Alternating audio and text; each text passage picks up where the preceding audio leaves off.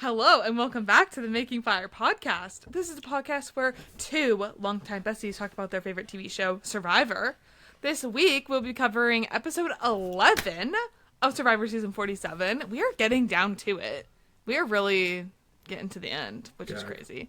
But before we get into that, Riley, how are you? I'm a survivor. I am a Black Friday warrior. Our retail king. I'm a retail king. You guys, I just survived Black Friday 2024. It was so exciting. And I have to be frank, and I'm not going to sugarcoat this. It was the worst experience of my life. No, I'm joking. It was actually pretty chill. I think we as Americans, sort of, the way we is colloquially the right word? The way that we collectively understand Black Friday is just not the way it is anymore. As somebody who's worked retail the last 3 Black Fridays, I think COVID is probably a big factor in this, but it was chill. Like it was insane. So our store opened at 8 a.m.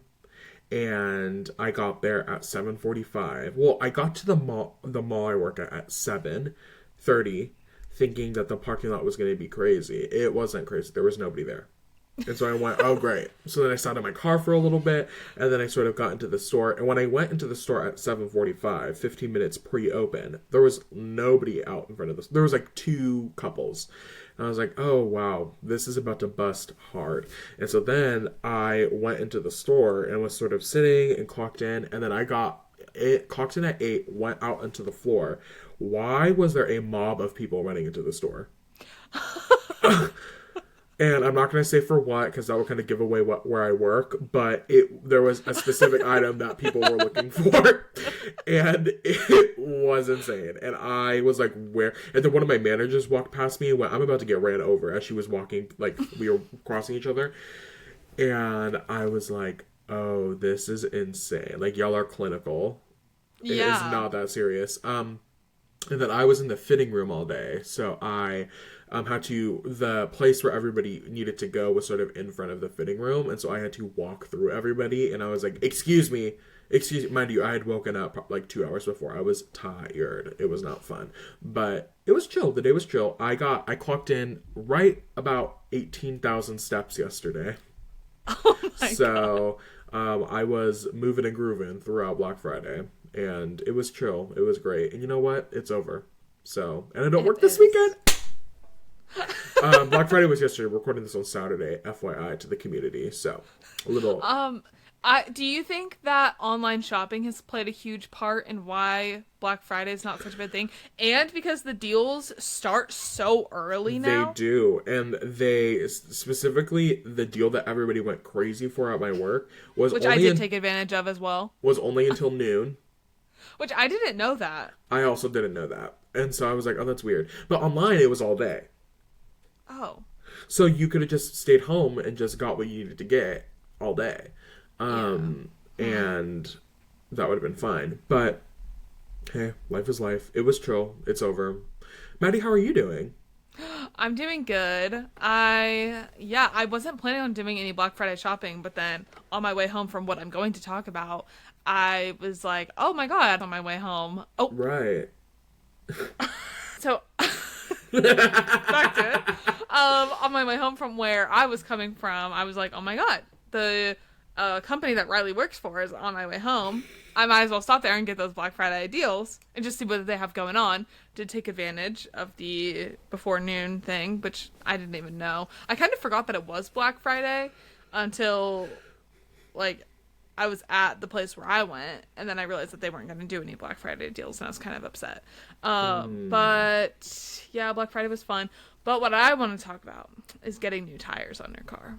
That's sort of what I did yesterday. Wow. I made the appointment not thinking about it being Black Friday. I just, didn't have work yesterday, and they only do service on weekdays. So I was like, oh, perfect.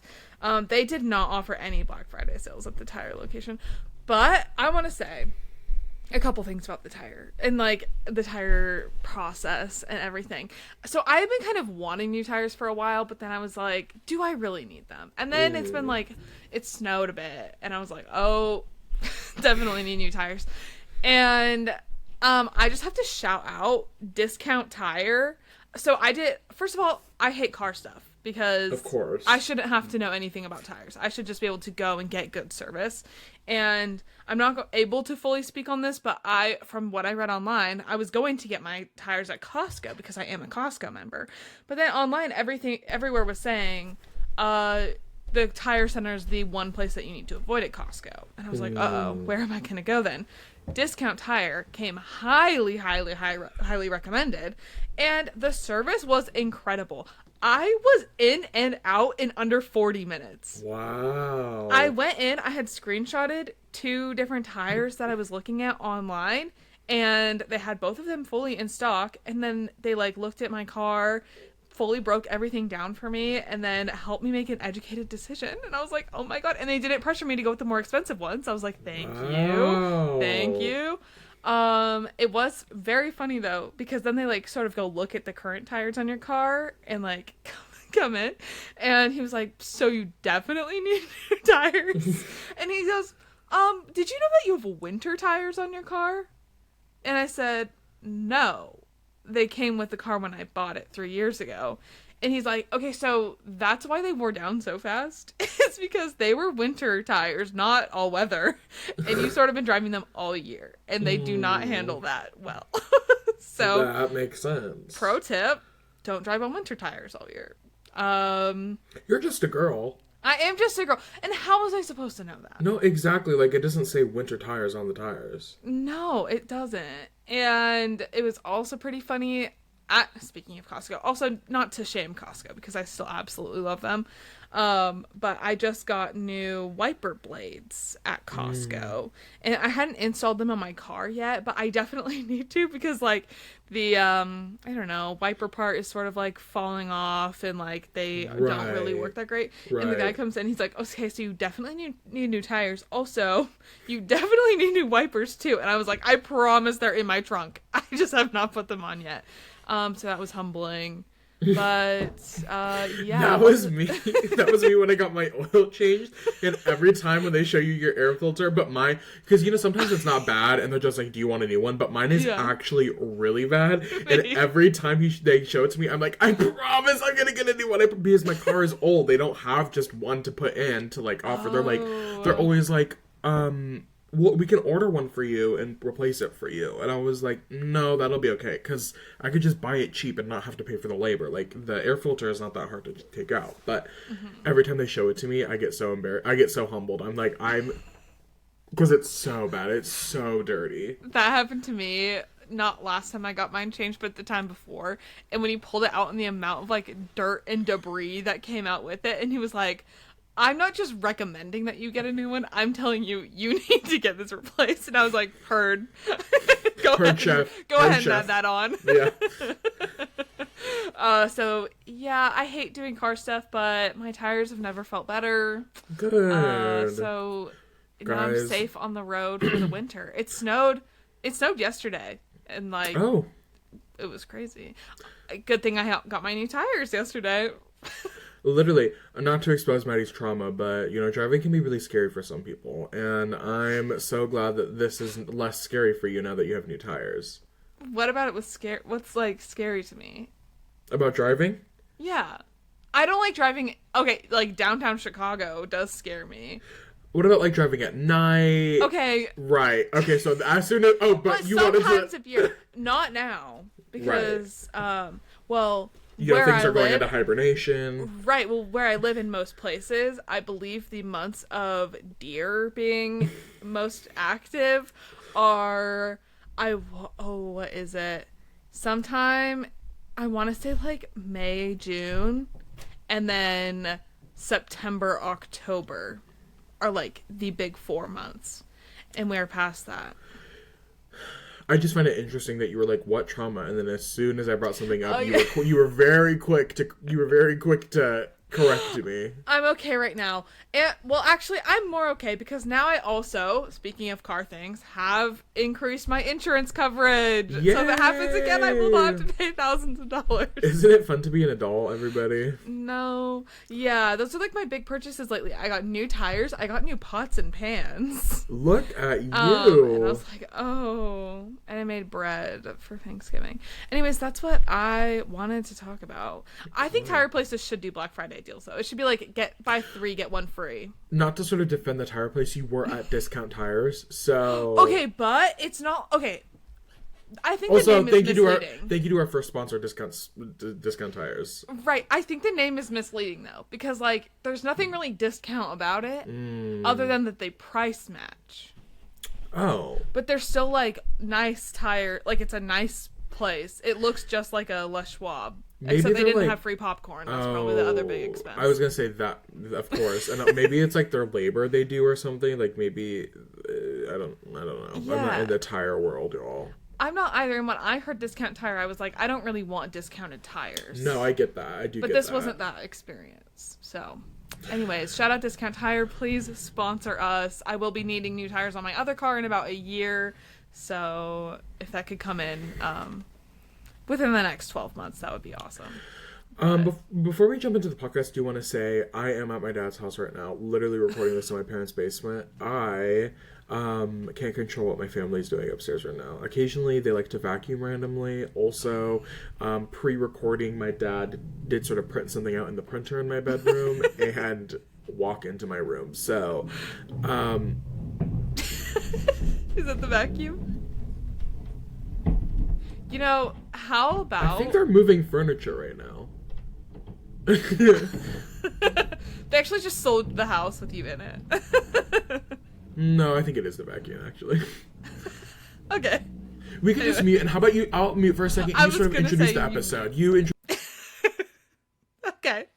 Well, we open on the tribe coming back after the Gabe vote. Everyone is comforting Kyle and giving him big hugs. There were a lot of hugs this episode. Kyle says that he doesn't trust anyone at this point, and he needs to win every immunity from now on to stay in the game. Which, foreshadowing, he does not.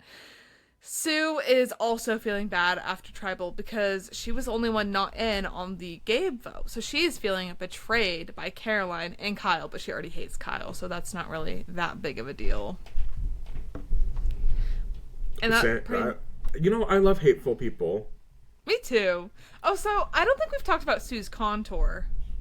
Okay, what is this? She said, I think on Instagram, that it's dirt and that it's a contour. Like, she's intentionally contouring her face. She's got to appear 45. Baby, the hands don't lie. I don't remember where that quote is from. I think it's a TikTok.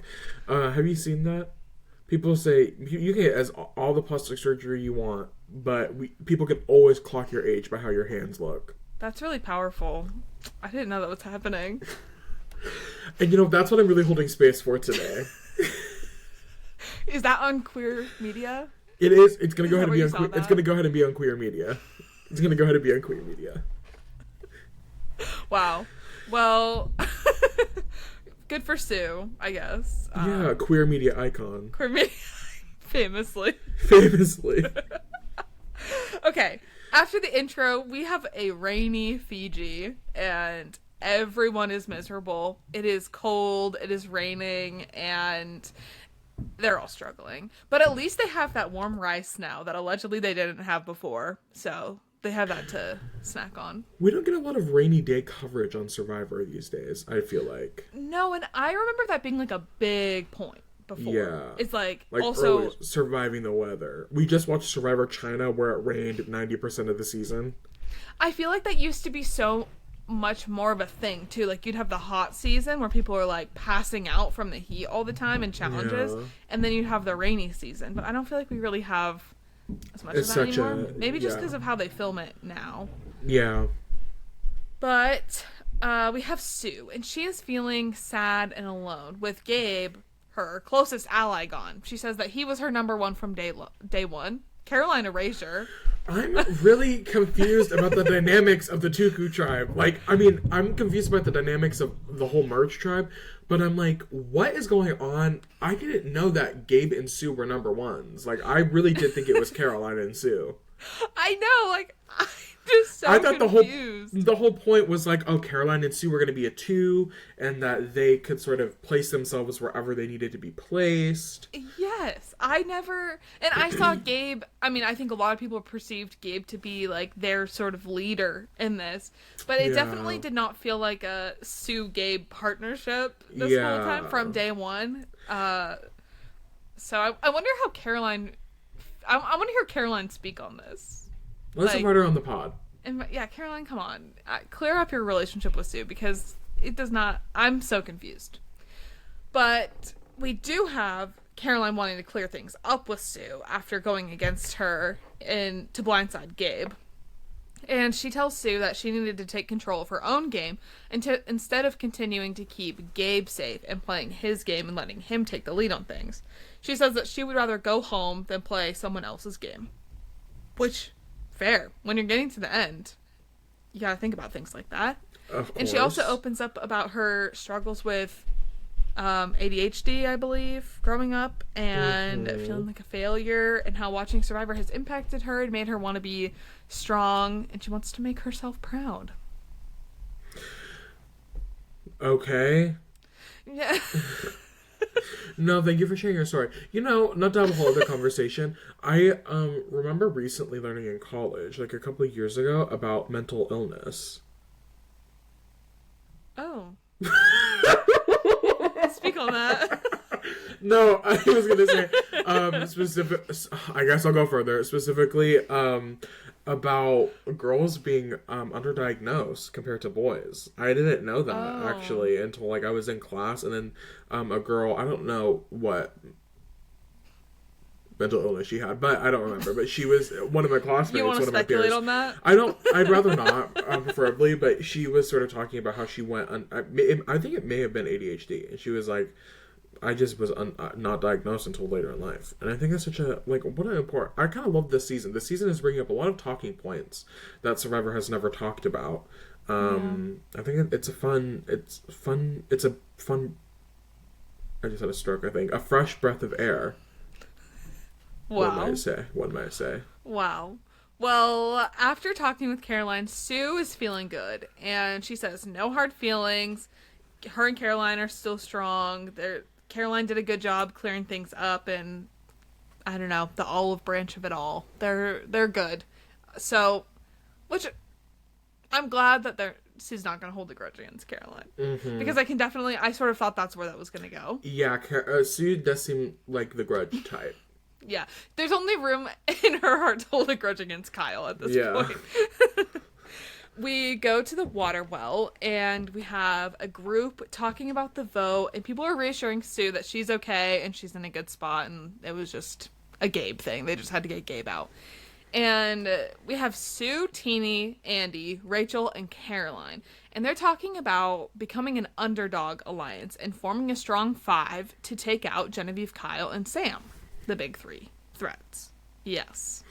Okay, you cannot call yourself an underdog alliance if you are our power group of 5. Number one. An underdog alliance, I understand where the name comes from because it's like the leftovers, but you're not the leftovers. Can we look at the picture, the big picture, Clint? Why? Sam hasn't done anything in this post-merge. Anything. Right. Sam is probably one of the biggest underdogs out there. Genevieve had the sole vote, has no power mobility to do anything else. Yeah. And Kyle has had no real strategic presence at all this season. No, I know. It just feels weird calling yourself the underdog alliance when the 3 people that you guys are, the 3 to 5, first of all, the 3 people that you're going up against really hold no capital in the game at all. No, like Genevieve is for sure strategic and everyone knows it. But that's kind of all to she her. has going for her because no one trusts her at this point. You're right, Sam. Literally, what has Sam done? Name one thing that Sam has done. I would say Sam had a successful pre-merge, but we've seen this time. Our favorite Rome from Survivor 42. I would say famously had a very good standing pre-merge, and then for some reason Wait, wasn't Rome Oh no, season? Romeo. Romeo was great pre-merge, and then merge came in. He flatlined. Like literally nothing happened, and then he got his spot in the final three, and literally had nothing to show for it because he was like, I had to survive. That's what Sam's giving this season. Yeah, and Kyle, the only thing, I mean, this comes up later with Kyle, is like, yes, he's good at challenges, but he also is friends with everyone, and he has a good story. What was it, Sue, that made the comment about him always talking about being poor? Yeah. Yes. Yeah, that's awesome. In her 3-minute segment last episode hating Kyle. Yeah.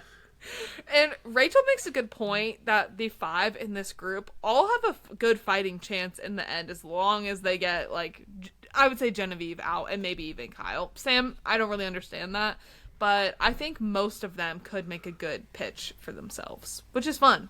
Yeah. I like that. It is such an individual game. You know what it is. It is. Yeah. Okay, sitting back at camp, we have Kyle, Sam, and Genevieve talking, and they are aware that the other 5 are probably wanting to get them out. Genevieve says in a confessional that she doesn't have any alliances out here at this point, and she's completely on her own. It's kind of sad. She's reflecting on her past connections that she had to betray earlier in the game, such as my winner pick, Keyshawn, and how she would rather... my winner pick got your winner pick out. Remember that. She did. And how she would rather be the lone villain instead of killing her friend's dreams. Which is sad. Like, she is kind of giving depressed all episode. No, she Not to speculate on people's conditions, but she's not doing well. I'm like, okay, this is the confessional itself it's kind of giving brat. Does that make sense? Like, Yeah. It's giving very much like, I'd rather be the person that everybody hates than the person that everybody likes and is stabbing them in the back. You know what I mean? Like, I'd rather just stab them to the front. Yeah. Which is kind of, I want to say a certain C word, but I'm not going to. It is, though. It is, though. But I understand. She is giving, but it's like, I don't think we often get, like, mid-season reflection like this. I think usually if we have a character like this that makes it to the end, we'll get, like, an end-of-the-season, like, reflection on their actions. It very rarely happens in the midpoint of, like, the pinnacle of the season. Like, this is the, like, where it's about to go down. Anyway. Yeah. We also have Sam talking about how since losing Sierra, he has had no power. And he has had to be more truthful with people and make natural connections, which he feels like he's doing a good job at. But I also don't see people being super close with Sam. Yeah. He kind of just feels like he's there. I don't know. Maybe that's just, like, how I'm viewing it, but I don't really know what he's doing with his time. And we also have Kyle, who is speaking about having to separate emotions from the game to go the distance, which that is one of my favorite quotes from, not to talk about Real Housewives of Salt Lake City, but there's this really funny moment where my favorite housewife, Lisa Barlow, she's like in a fight with this other girl who's basically like saying that Lisa is, I don't know, bringing up drama, and Lisa gets her lawyers involved, and she's like, whatever the lawyer's name is, I need you to go the distance on her. Go the distance. And so I just think of that in my head. But he needs to remove his emotions to go the distance. And he also tells Andy that he is nervous to have his kids and family see him lying and being deceptive in the game because it's bringing out a bad side of him. But I'm also like, that is the game of Survivor, unfortunately. Well, fortunately, I like it. That is kind of what you signed up for. I really liked this thing from all 3 of them. Like, we got a very in-depth confessional from all 3 of them about their standings in the game right now. And they all lay out good points. Like, there is none of them have urgency in this game. So, like, why... I don't know. I feel like the story is being set up in a way, and not to jump forward to the trailer for next episode, but for some reason I feel like Andy is going to capitalize on this and realize that these three people are basically free agents in the game. I would say Genevieve is the best positioned out of the three of them for a case of winning the season. But even then, like, if Genevieve has all these plans and nobody's executing them with her, it means nothing. Yeah. If you're able to drag Genevieve along, if you at the end are able to sit at the end and say, I realized that Genevieve had no social capital and she was just a vote in the game, and I capitalized on that and decided to take her instead of anybody else because her vote was the most important vote, then hey, good for her, or good for whoever does that. Yeah. Me just trying to get my winner pick to the end. We also have a confessional from Andy where he says that he, and I quote, is an AI agent. Yeah, that was crazy. That was crazy. The way that we have we predicted that. Andy, we're gonna need 50% of the cut on that, on the profit you make off of that. Exactly.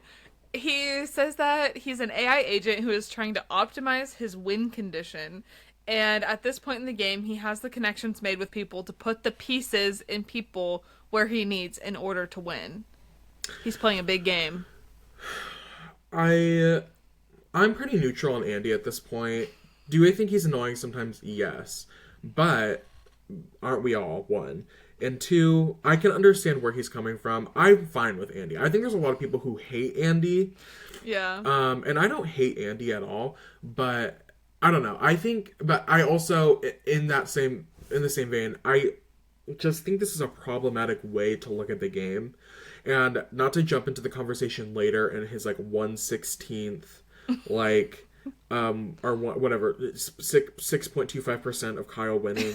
I'm like, the thing that you are lacking is nuance. You are lacking any form of nuance to the way that you're looking at this game. And I do feel like that is going to be his Achilles heel in all of this.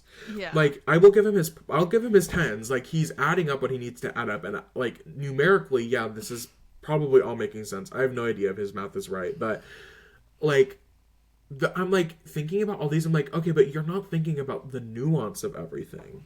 Yeah. It's going to get him, I feel like.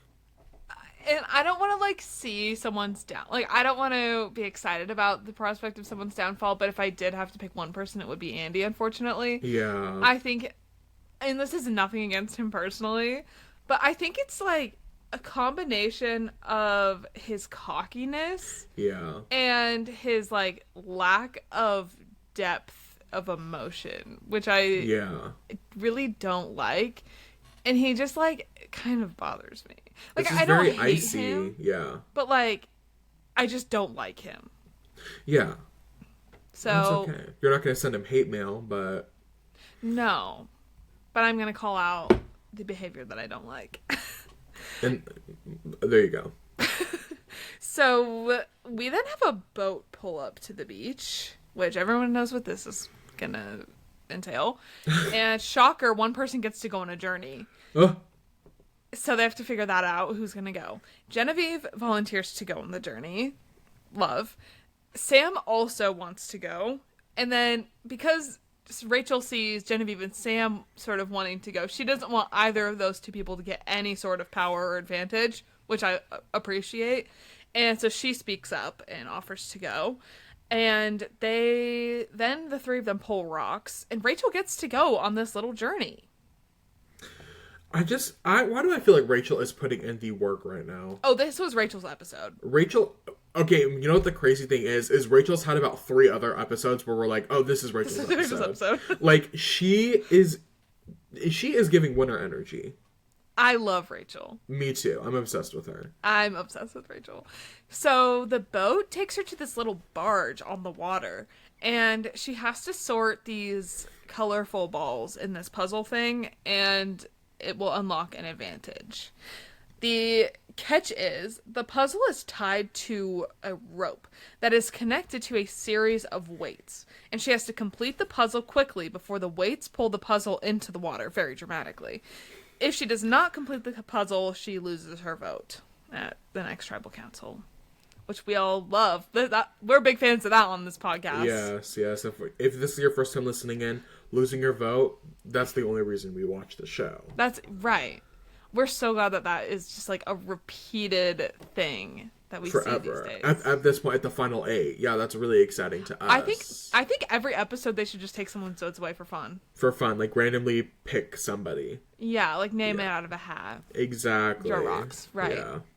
So, I just had to point out, this puzzle really reminds me of this water sort puzzle game that I was addicted to for a while, that our other friend Anna, I also accidentally got her addicted to. And it sort of became like a competition of who was the furthest along in this game. But unfortunately, I did have to delete it because it kind of gave like, it was going to give me a virus type energy. And also, it made my phone run so hot and like would drain my battery. Maybe you were being hacked. I was, so I do not have that game anymore. But I was like, oh, I just want to play this.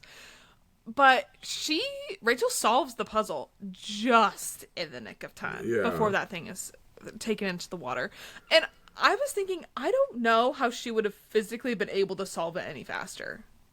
Yeah. Like, she was going so fast. She was. I think at, like, near the end, she got caught up a little bit, and, like some of the... She was moving too quickly that, like, she wasn't fully, like, lifting the pieces where they needed to go. But other than that, like, she basically did it as perfectly as she could have done it. Yeah. So that, like, kind of frustrated me a little bit.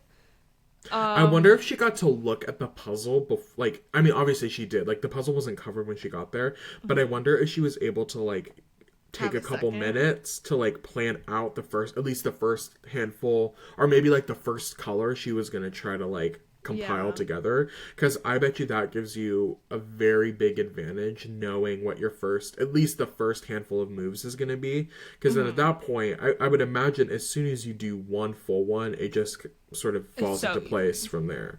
Yeah. Well, I'm so glad that she pulled it off. And I would have loved for Genevieve or Sam to have gotten this.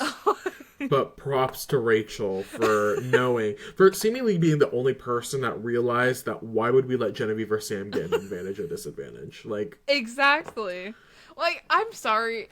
And, like, I don't mean this in every way because I think other people are playing their own games. But it does in a lot of ways feel like Rachel is the one that's, like, really playing the game compared to everyone else, and, like, thinking through, oh, maybe we don't want the 2 of the 3 people that we are trying to target to have this advantage that we're not going to know about. Yeah. Like, especially when the numbers are so close. It's only a 5-3 split. Exactly. So, like, I mean, I guess because Rachel's in a pretty good position with multiple people, like that group of 4 others. But, like, none of you trusted the other ones enough that, like, you would still have the numbers even if you were going to potentially lose your vote. I don't know. Shout out to Rachel for stepping up. Literally. So her advantage is a block a vote that can be used until there are 6 players left in the game. Slay. Love. She gets back to camp, and she decides to tell 99% of the truth, but to keep Kyle, Genevieve, and Sam in the dark on what happened. So she tells them that the puzzle flew into the water and she lost her vote, and she did not get any advantage.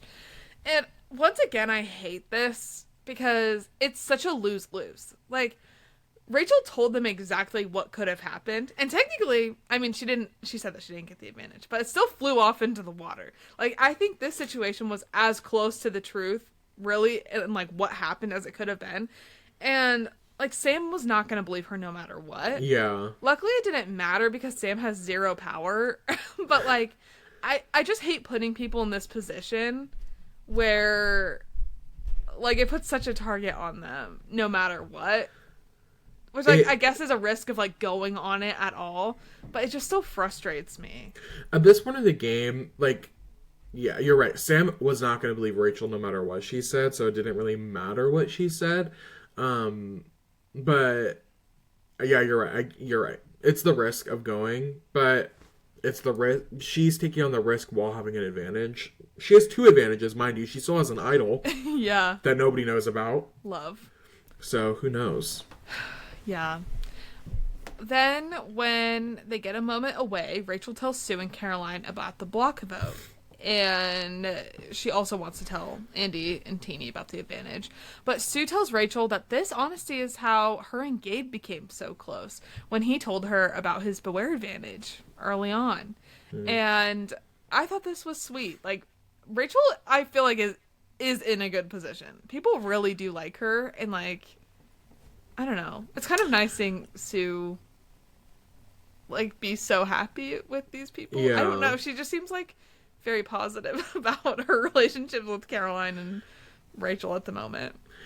I just had a moment of reflection as I was talking about Rachel having an idol. I thought, what would be so sickening is come Final Tribal Council, give it like Marianne a little bit. I know you hate Marianne, but give another concept name on the Making Fire podcast that I hate Marianne, which is not true. give it like, okay, so imagine Rachel sitting at Final Tribal Council and she's like, oh, Soul saved me at that mergatory vote or whatever. Like, I probably would have been voted out. Actually, I wouldn't have been voted out. And you might be wondering why I wouldn't have been voted out. She pulls out her idol that nobody knew about. I had this. I think she did, in fact, get the idol after that happened. But imagine her just lying. Right. Imagine her being like, I've had this idol for a long time. And Yeah. what are y'all? I was never going to get voted out. But Yeah. then I was saved by Soul. I love when people lie at Final Tribal Council. It's so juicy to me. I know. I think she has so many good points she would be able to bring up at Tribal Council. I mean, still her shot in the dark play. Incredible. Literally. Absolutely incredible. And no sorry. one knows. To get us back on track, yeah, it's nice to see. But I don't know. I feel like Sue, as easy as she hates people, it's so easy to get Sue to trust you. All I have to tell Sue is that I have an advantage. I don't know. Like, and she has full trust in me. I don't even have to use it on her, and she's obsessed with me. She's obsessed. Yeah. And we also get a confessional from Caroline, who's talking about how she's glad that Rachel got this advantage, because as Rachel's threat level increases in the game, she can more easily use Rachel as a shield. And Caroline kind of ate that up. She did. Yeah. I also really like, I think out of everyone, she is playing the biggest underdog game. Yes, I agree. And I think she's doing it strategically. I would say Sam is probably in the biggest underdog position, but Caroline is playing the best underdog game, like using that position towards her advantage. Yes, Sam, like, yes, he's an underdog, but like, what is he really? Yeah, he's just like he is just an underdog, but Caroline is using that position towards her favor. Exactly. And Rachel also tells Teeny and Andy about the block vote. And Teeny says she's feeling very good about this group with Andy and Rachel at this point, and it's a good solace from the betrayal from Genevieve. Can I be brave for a second? Yeah. I remember a couple weeks ago you were talking about making Teeny's mac and cheese. Oh, yeah. I don't know if that was on the pod or after the... It was on the pod. I think there was a moment where there was definitely... or maybe even just, like, filming that pod. No, because at one point you're like, Teeny, like, the person on TikTok. But before you said that, I definitely thought you were talking about Teeny on Survivor. Because she had mac and cheese for her reward challenge. And at one point you were like, I made Teeny's mac and cheese. And then I thought, Teeny's mac and cheese? She didn't make the mac and cheese. She just, like, won the mac and cheese in the auction. And I was like, what's so special about Teeny's mac and cheese from Survivor? Mm-hmm. And then you were like, oh, she's on, like, the one on the chef on TikTok. And I was like, right. That makes more sense than Teeny from Survivor having a mac and cheese recipe. That's trending right now. Yeah. I mean, they both have unique names, Teeny, and they both did eat mac and cheese. Or are affiliated with mac and cheese in some way, I guess. So yeah. I see where the confusion came from. Thank you. I had to be vulnerable for a second. I'm just like you all.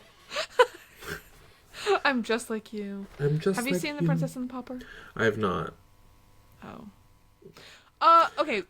I have to speak on this really quick. Did you know that, like, you can have TikToks that are over, like, an hour long?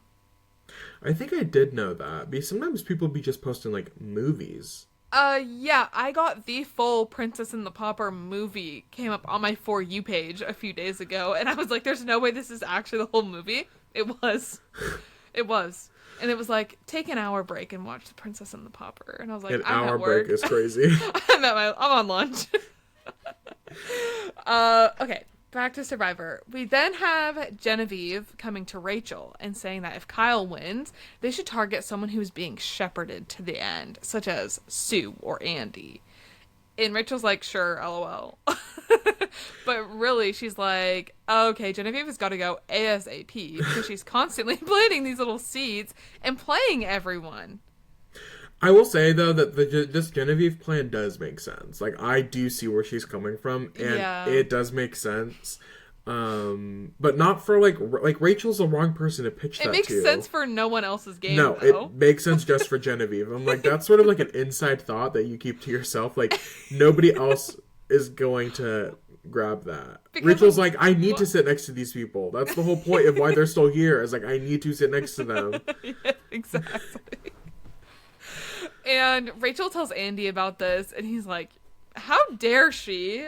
Oh I am playing my own game. She's gotta go. Gotta go.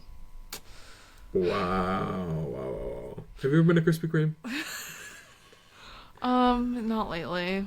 You gotta go. Right. So we get to the immunity challenge. Great.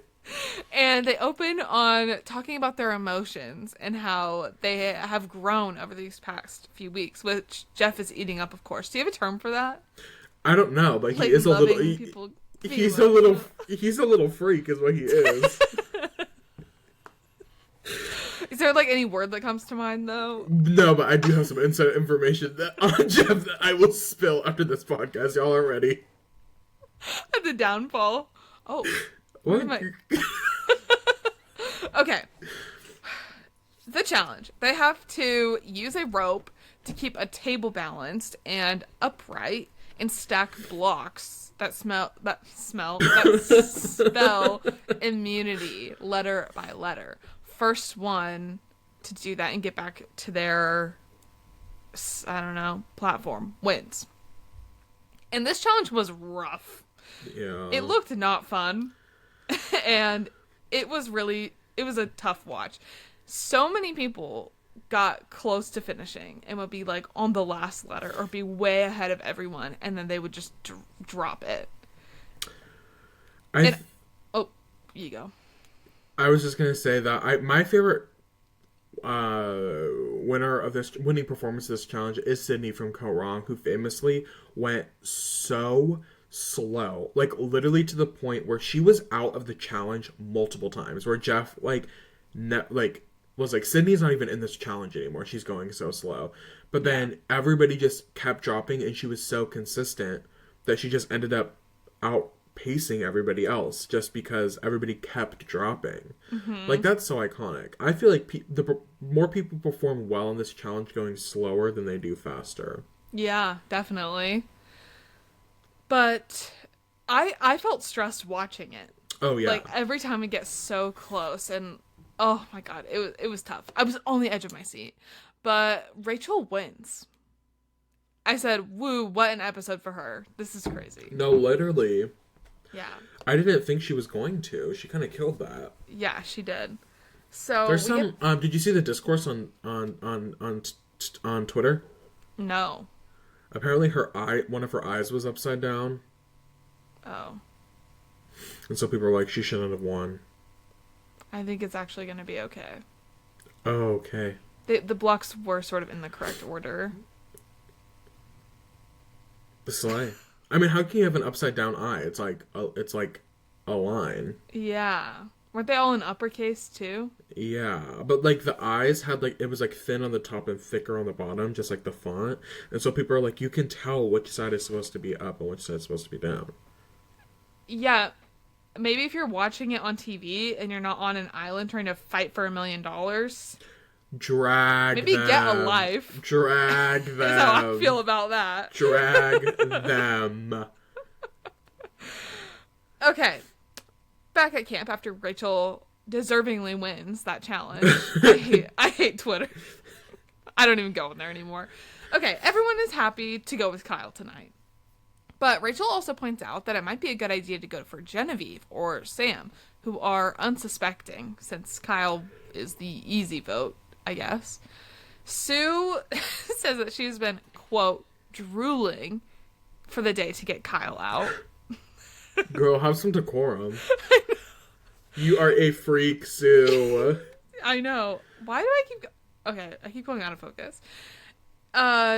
Genevieve says that she would rather Kyle stay, but she has zero power at this point, so she just hopes that they go for Kyle over her. And Sam is also feeling bad about the possibility of losing Kyle, and he tells Teeny... This part made me laugh. He tells Teeny, what if we go for someone other than Kyle? Like Andy or whoever. And she goes, I'm not doing that. And she's like, can we actually not with this conversation? Girl, I would love to be on Survivor one day, but if you get me on the bottom of a tribe, ooh, don't pee me oh. Because the way that if somebody on Survivor at the final 8 said, yeah, I'm not doing that. What? I'm about to dump all this rice that we just put in that would be me. I said, you know what, vote me out, because I'm done. I am done. It's been too long since we've had her. What was it, Jatia? Yeah. Jatia on this island. I am not about to beg to you to vote the way I want you to vote. If I'm that out of it, yeah, you're done, and I'm taking you out with me. Yeah. Yeah, that absolutely cracked me up. But Kyle knows that he has got to lock in to this social game at this point, because he knows with his challenge performances and his story, everyone wants to get him out. No one wants to sit next to him in the end. AI Andy then decides that he needs to start pitching Genevieve to everyone because he's sick of her. He gives them the data on Kyle's probability of winning the rest of the challenges. And Caroline's like, his data's BS. That doesn't make any sense. And I said that he probably doesn't have the probability update yet. Right. I saw friend of the pod, Christian Hubicki, who was on David versus Goliath. He is a math professor. And he, podcast peer, was breaking down this math. And I didn't read the whole thing because I was on my 15-minute break yesterday as I was reading it and people were talking in the break room. I got distracted. But I believe he was like this. He was like, if the probability of Kyle was simply like a coin toss, it was either he wins or he loses, then, yes, that would be correct. But, that doesn't account for, different placements, I guess, and it doesn't account for the fact that he's won every single other challenge, and then other things. He was like, again, what I said earlier, there was no nuance to this percentage. The weather, what type of challenge it is, who else is competing. There's all these other things. It's not a simple coin toss whether or not Kyle is going to lose.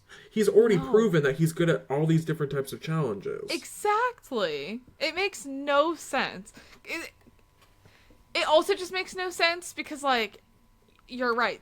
First of all, there are so many other people in this game that, you can't really account for. It's not 50-50. Yeah. But also, let's look at his statistics. He has won a lot. Mm-hmm. He's got better probability than Andy's giving him moving forward. Come on, math minor. Yes. Almost. Guys, should I go back to school and just take one class? One math class. I have one class away. That haunts me. I'm not gonna lie. I think about it at least weekly. Really? Sometimes. Well, sometimes math will come up, and then I'm like, oh my god. Sometimes, especially if I'm bad at math, and just I don't know what's going on with math, and I'm like, wow, I was almost a math minor. So true. Maybe weekly is a bit of a stretch. At least every few weeks. That's your Roman Empire. It truly is my Roman Empire. Okay, then Teeny tells the group that they have got to go Kyle now and Genevieve later. And Teeny's like, trust me, I want Genevieve out more than anyone. I have a vendetta against Genevieve, but we have to go Kyle now. And Caroline is like, yes, please do not make me betray Sue again. And like leave her out of this vote. And that brings us to tribal.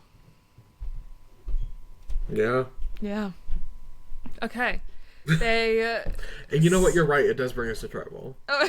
It's gonna go ahead and bring us to tribal. It's gonna go ahead and bring us to tribal. They talk about how the power is slowly shifting from within the game to the hands of the jury over time, as you think about who you're putting on that jury, your relationships with the people on the jury, but also how you're treating them in the game. And they talk about how to handle the threats in the game at this point, and sort of the outward challenge threat versus the sneaky social threat. And Genevieve's like, okay, hi, yes, that might be me. People might have been saying that about me. But how about we focus on the people who are just taking up spots in this game and not doing anything? And I'm like, okay. Okay, girl, we get it. We see what you're putting down. You're good. We're getting it. And Kyle says maybe at this point they should take out someone else and not hide behind the big perceived threats. Let's take someone out who isn't going to see it coming. Well, I just like, it's funny watching these people try and like build this argument that just like makes zero sense to anyone else on the island except for them. Like, why would people want to sit next to Genevieve and or Kyle? Right. It doesn't make sense. Then I loved when Sue made the comment. She's like, no one can sway my vote. She's like, I've been waiting for this. I just feel, I fear Sue has no idea what's going on in the game. I feel like she's had so much tunnel vision against getting Kyle up that really let's be honest, she hasn't had the biggest presence. She hasn't had the biggest presence this season, TBH. She hasn't in a game sense. But specifically in this post-merge, like, there has just been a lack of Sue's opinion on anything. Yeah. She's had one opinion. And that Kyle needs to stop talking about being poor. Yeah, two opinions. I'm kind of excited to see. I hope we get something from Sue after Kyle is gone. Like, yeah, I need Sue to lock in. Because now it's like, okay, now what, Sue? This has been your story for the last 4 or 5 episodes. Right. Like, let's say she gets to Final Tribal Council. Her story is going to be, I hated Kyle, the biggest perceived threat in the game from day one, and we got him out. Okay? Baby, it was in everybody else's interest to get Kyle out. They wanted Kyle out gameplay-wise. You wanted to get Kyle out because you hate him. Exactly. So, finally we basically have the big 3 targets, trying to convince the group to go with someone other than Kyle or themselves, but it doesn't work. We get to the vote, and it's Kyle. I loved at one point, Jeff was like, Genevieve, are you okay? I know. And she was like, yeah, I'm just, like, thinking. And he was like, thinking about, like, surviving this vote or thinking about what's next. And she was like, what'd she say? She was like, both.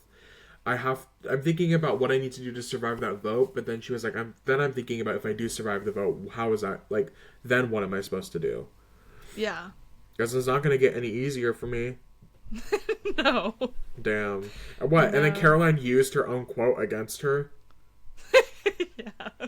Caroline, or I guess not against her, to hype her up, but the quote was like, the best Survivor players hear through can see through the news or whatever. Yeah. I was like, dang, Genevieve needs to pull it together, girl. I know. Well, imagine Genevieve, now that Kyle's out, wins the rest of the immunity challenges. That's literally what's about to happen. Y'all aren't ready. Y'all were calculating the 6.25 for Kyle to win. You weren't calculating the 100% for Genevieve's wins. Then what, Andy? Exactly. Okay. Also, now that I'm thinking about it, where does the 6.25 or whatever come from? I think it's like 1 out of 4. What? I don't know what the math is. He was explaining it. What 6.25?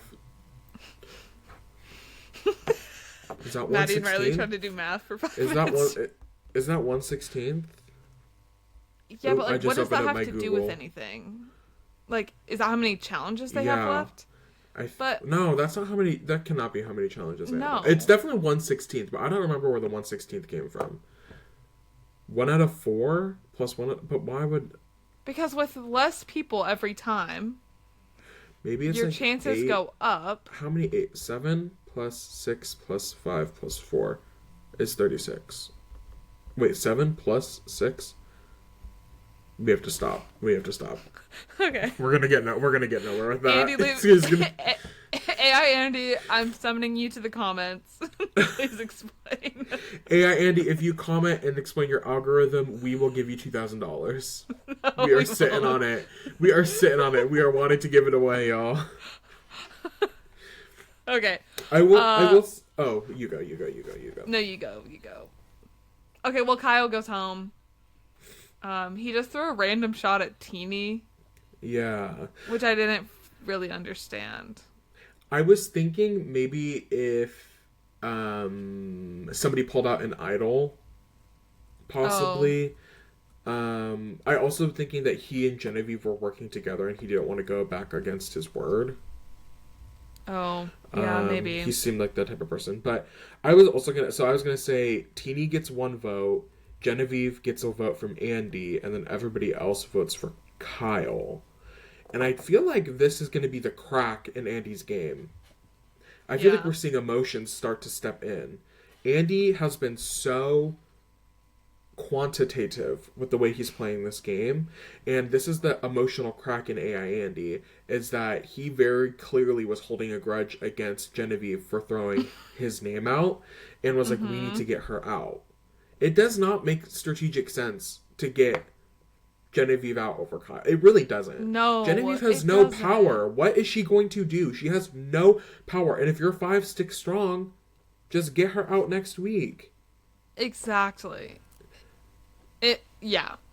Kyle has a better story than Genevieve. Like, everything about Kyle completely. was like, we need to get Kyle out right now. Like, I don't understand why Genevieve was his... I mean, I understand why. You want to get somebody out that says your name, but I feel like the emotions are getting to Andy now that he's starting to actually build relationships with these people. He might not be as cutthroat as he thinks he is. Yeah. Maybe we'll get another outburst. Maybe. Because, he couldn't handle his emotion. It feels like, maybe he started out really emotional. And he was like, gotta dial that back. Yeah. And now they're sort of, it's been a few weeks. They're starting to creep back out. Right. Anyways, on Kyle's way out, he gives every single person a hug. Ooh, I mean, they stink. Yeah. And he's saying a lot of really kind words. And it was really sweet.